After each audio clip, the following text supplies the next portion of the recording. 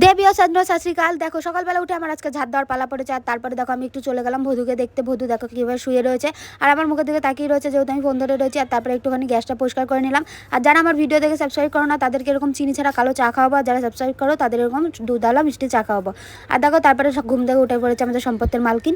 আর সকালবেলা কত সুন্দর দৃশ্য তোমাদেরকে রোজ আমি দেখাই, দেখো। আর তারপরে দেখো ভধু বলছে মুচকো ভি কুছ খিলা দে রে বাবা, ওকে কেউ খেতে দিচ্ছে না বলে ওর গলার কার খাচ্ছে। আর আমি এটা মৌরি ভেজানোর জল খাচ্ছি, সারা রাত মৌরি ভিজিয়ে রেখেছিলো বৌদি, সেই জলটা খাচ্ছি কারণ আমি খুব রোগা তো তাই। আর তারপরে আমাদের এরকম গাছের আম পেড়ে দিয়েছিল, পাশের বাড়ি যারা ঘর করছিল তারা আম পেড়ে দিয়েছিল। আর এই দেখো চা বিস্কুট খেয়ে নিয়ে আমি স্নান করে তুলসী গাছে জল দিচ্ছি।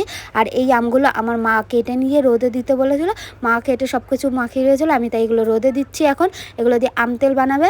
আর এই যে কুলারটা কিনেছিলাম না, ওটা এখন তোমাদের দেখাও একটু শো অফ করার জন্য। ওটা এখন বরফ ঢালবো, ঠান্ডা ঠান্ডা হাওয়া খাবো, আর একটু বরফ নিজের মুখেও ডলে নিলাম। তো বরফ